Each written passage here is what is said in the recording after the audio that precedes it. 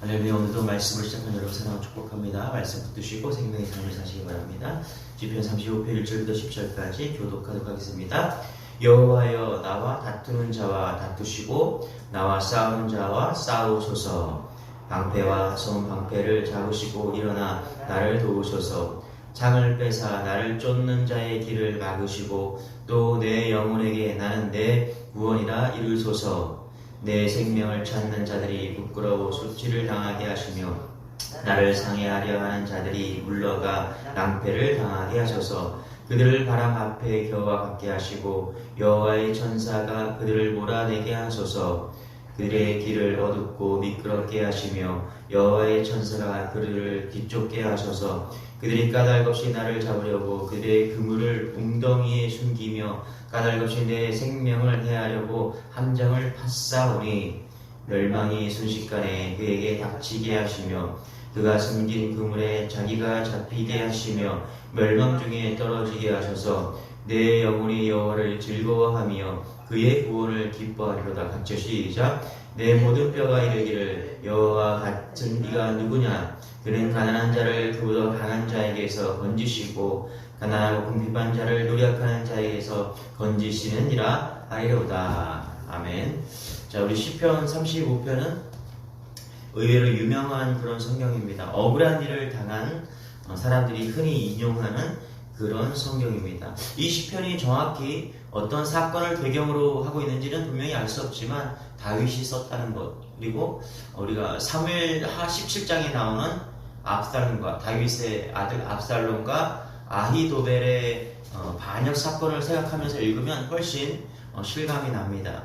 이 아히도벨은 다윗의 최고의 책략가였던 그런 사람입니다. 그는 다윗의 30인 용사 중에 하나인 엘리암의 아버지이자 밧세바의 할아버지였으며 수십 년 동안 다윗과 전쟁터에서 생사고락을 함께한 다윗의 최측근이었습니다. 자, 하지만 압살롬이 다윗의 아버지, 그러니까 압살롬이 아버지 다윗에게 반기를 들고 역무를 꾀할 때 그는 다윗을 배반하고 압살롬이 사람이 된 사람입니다. 그가 압살롬으로 하여금 다윗 왕의 후궁들과 동침하게 하고 도망가는 다윗을 바로 추적해서 살해하자는 모략을 했던 사람이 그였습니다. 다윗에게 기가 막힌 일이 벌어진 것이죠. 아들은 반역을 일으키고 그리고 그렇게 따랐고 친구였던 아히도벨에게 배신을 당하게 된 것입니다. 자, 그래서 시편 35편은 이렇게 시작을 합니다. 1절입니다. 같이 시작.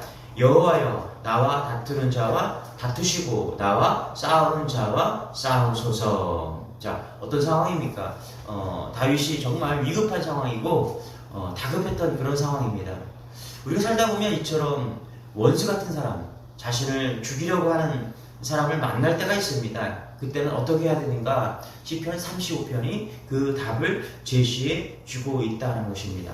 1절은 그거예요. 뭐냐면 다윗은 기도했다는 것입니다. 여호와여, 나와 다투는 자와 다투시고 나와 싸우는 자와 싸우소서. 다윗은 자기 대신해서, 자신을 대신해서 싸워주시는 하나님을 믿고 기도했다라는 것입니다. 원수를 만나면 누구나 자신이 믿는 것을 가지고 자신을 지키려고 합니다. 주먹을 쓰고 돈을 쓰고, 그래서 믿는 사람에게 또 피하고, 그렇죠? 힘 있는 사람에게 피하기도 합니다. 그러나 다윗은 하나님을 믿는 사람, 당연히 기도하는 것입니다. 기도가 믿음인 것이죠. 물론 기도하면서 원수가 상대하는 것이 답답하게 여길 때도 있었습니다. 우리 17절 같이 한번 읽어볼게요. 17절 시작. 주여, 어느 때까지 관망하시려 하나이까. 기도의 관점으로 35편을 쫙 읽다 보면은 주여, 어느 때까지 관망하시려 하니까. 다윗이 기도하긴 했지만 금방 그의 기도가 응답되지 않은 것을 볼 수 있죠. 하나님께서 여전히 침묵하고 있다는 것을 보게 됩니다. 19절에서도 그리고 22절에서도 기도하는 다윗의 마음이 편치 못합니다. 우리 19절 같이 한번 읽어볼게요. 시작. 부당하게 나의 원수된 자가 나로 말미암아 기뻐하지 못하게 하시며 까닭없이 나를 미워하는 자들이 서로 눈치채지 못하게 하소서. 여전히 원수들이 기뻐하고 또 서로 눈짓하고 서로 힘을 모으는 그런 뉘앙스가 있습니다. 22절도 같이 한번 읽어볼게요. 시작. 여호와여 주께서 이를 보셨사오니 잠잠하지 마옵소서. 주여 나를 멀리하지 마옵소서. 여전히 하나님께서는 잠잠하게 계셨고 여전히 하나님께서는 멀리하는 그런 느낌으로 기도하고 있다라는 것입니다. 더 나아가서 24절, 25절에서는 악한 자들이 이미 승리한 것처럼 보입니다. 우리 24절, 25절 같이 한번 읽어볼게요. 시작. 여호와 나의 하나님이여 주의 공의대로 나를 판단하사 그들이 나로 말미암아 기뻐하지 못하게 하소서. 25절. 그들이 마음속으로 이르기를 아하 소원을 성취하였다 하지 못하게 하시며 우리가 그를 삼켰다 말하지 못하게 하소서. 그의 기도를 보면은 다윗의 기도는 계속해서 업그레이드 되고 있습니다. 그런데 더 간절해요. 악한 자들이 기뻐하고 승리한 것 같고 또 그들의 마음속의 소원이 다 이루어진 것 같이 그렇게 막 느끼고 있는 그런 상황입니다. 그런데 여러분, 그러나 하나님을 믿는 자는 그때도 기도합니다. 믿음이 없이는 기도하지 못합니다. 하나님을 향한 신뢰가 없으면 기도하지 못합니다. 그런데 여전히 그런 상황에서도 다윗은 다급한 중에서도 믿음을 주시기를 원하고 기도했다는 것입니다. 우리 3절 같이 읽어볼게요. 시작. 창을 폐사 나를 쫓는 자의 길을 막으시고 또 내 영혼에게 나는 내 구원이라 이루소서. 그렇죠? 하나님께서 대신 싸워줄 뿐만 아니라 지금 하나님께서 그의 마음 가운데 위로를 주고 힘을 주고 그렇게 응답해 달라라고 기도하고 있는 것입니다. 여러분, 우리도 이렇게 기도해야 됩니다. 우리가 기쁠 때도 또 원수가 나를 안 갚아갈 때도 그럴 때 우리는 해야 될 일은 기도하는 것입니다. 다윗은 원수 갚는 것을 하나님께 맡겼습니다. 다윗은 이 시에서 원수들을 저주하는 그런 기도를 쏟아냅니다. 그만큼 다윗은 분노했고 정말 고통스러웠다는 것을 우리는 알 수 있습니다. 그도 그럴 것이 사랑하는 아들이고 사랑하는 옛 친구들이고 어려울 때 기도해주던 그런 사람들이었습니다. 그들이 병들었을 때 금식하고 기도했었던, 힘들었을 때 친구에게 하듯이 함께 아파하고 울어주었던 그런 사람들입니다. 그런 사람들이 지금 배신을 한 것이죠. 그런데 여러분, 그러나 주목할 것은 다윗이 이렇게 원수를 갚아달라고 기도는 하였지만 직접 복수하거나 싸우지 않고 하나님께 맡겼다라는 사실입니다. 다윗은 압살롬과 아히돌벨과 전쟁하지 않았습니다. 그는 기도했고요. 기도했다는 것은 뭐냐면 하나님께 모든 것을 맡겼다라는 것입니다. 그것은 위험한 행동이기도 하였지만 그는 살고 죽는 모든 것을 하나님께 맡겼다라는 것을 우리는 기억해야 된다는 것입니다. 오직 하나님이 기뻐하는 길로만 갔다는 것입니다. 여러분, 맡기는 믿음은 정말 대단한 믿음이고요. 우리가 맡겨야만 하나님께서 역사하실 수 있다는 것입니다. 여러분, 이것을 믿는 여러분 되시길 바랍니다. 우리의 삶 가운데 여러분, 진정한 하나님께 다 맡길 때 하나님이 우리의 삶에 개입하시고요, 드러내십니다. 그의 역사를 드러내는 것입니다. 특별히 우리 주님의 교회가 마찬가지예요. 우리 주님의 교회 모든 것을 주님께 맡길 때 주님께서 우리 주님의 교회에 간섭하시는 겁니다. 어떤 분이 교회에 나와서 그런 이야기를 하는 것 같습니다. 몇 번 나오더니 그러는 거예요. 자기가 간절히 기도했는데 하나님께서 응답이 없다. 하나님이 살아계시지 않는 것 같다. 그래서 자기는 교회 다니는 게 원하지 않는다고 그런 이야기를 든 적이 있어요. 여러분, 몇 번 나와서 하나님을 알 수 있을까요? 얼마만큼 하나님을 믿고 얼마만큼 해야지 하나님은 우리의 삶에 관여하실까요? 성경은 분명히 이야기합니다. 모든 것을 맡길 때라고 말합니다. 한 번, 두 번 나와서 하나님을 알 수 있는 것이 아닙니다. 우리의 모든 것을 맡길 때, 하나님께 맡길 때 하나님은 우리의 삶에 반드시 개입하신다는 사실을 잊지 마시기 바랍니다. 하나님께 모든 것을 맡길 때 하나님은 그의 역사가 시작된다는 사실입니다. 그러니까 여러분, 전적으로 맡기시기 바랍니다. 다윗이 오늘 기도했다는 것은요, 조금 맡긴 게 아닙니다.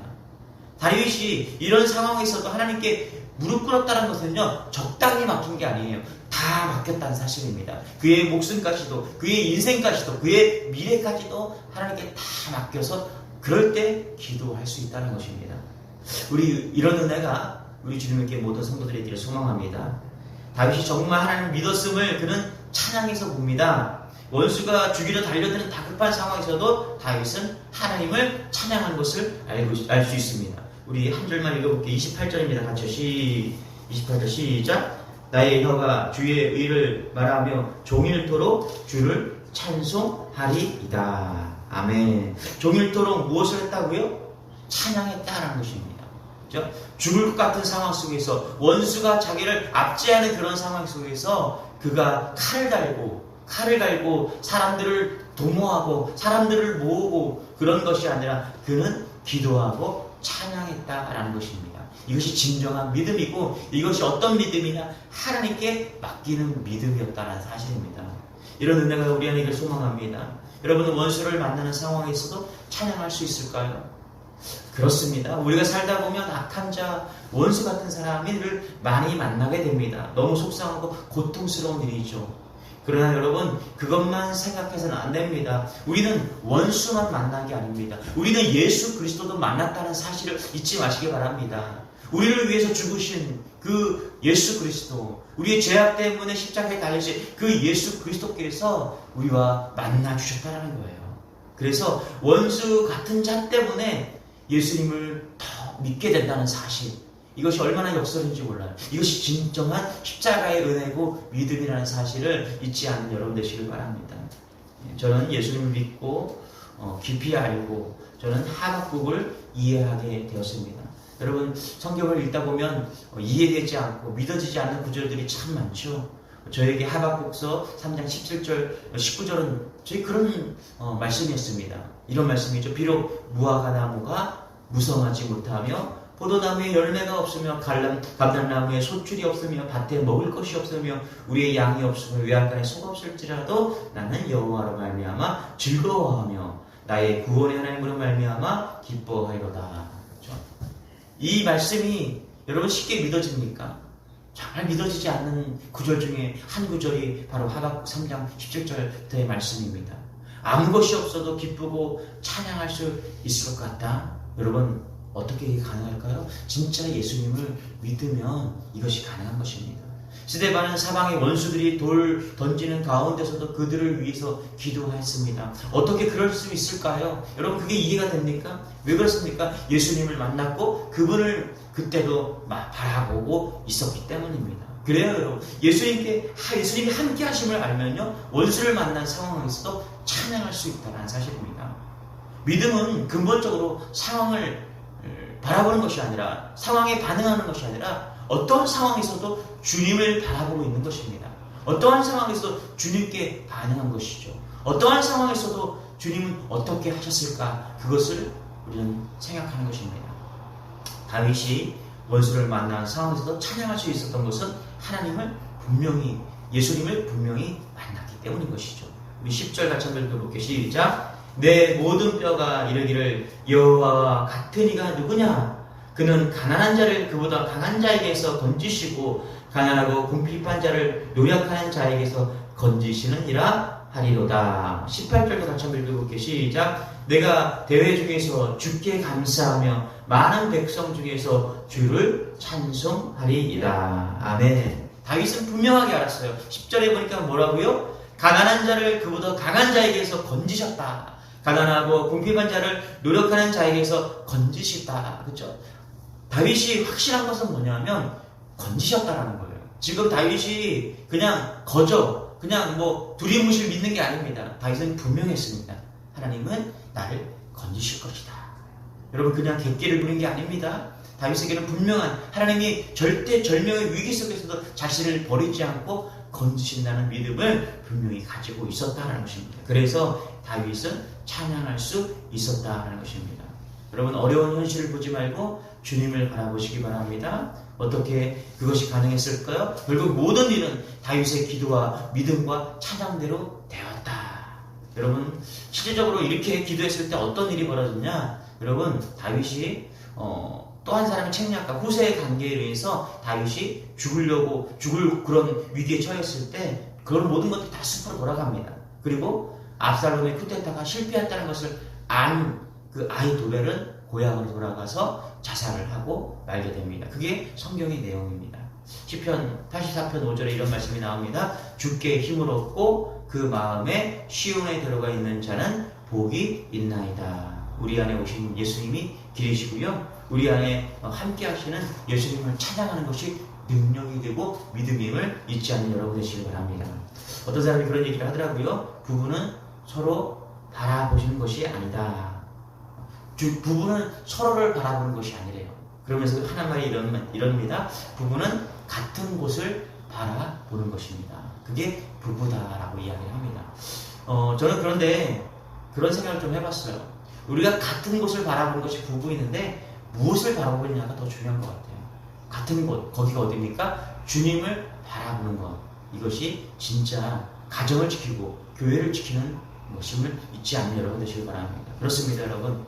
어떠한 상황이 오더라도 우리가 믿음으로 반응해야 되는데 어떠한 상황이 오더라도 누구를 바라봐야 할까? 예수를 바라봐야 됩니다. 그리고 그럴 때 모든 것을 맡기고 우리가 어떠한 상황에서도 승리할 수 있는 비결인 것입니다. 그래요. 오늘 35편을 통해서 우리가 알 수 있는 것은 뭐냐면 어떠한 상황에도 우리가 이기는 방법입니다. 뭐예요? 예수님을 바라보는 것. 맡기면 모든 상황 속에서 우리는 승리할 수 있다는 것입니다. 오늘 시편 35편 붙드시고 우리의 말씀이 되게 해달라고 어떠한 상황이 와도 다 맡기는 그런 믿음이 있게 해달라고 우리 주여 한번 외치고 기도하겠습니다. 주여! 주님 감사합니다.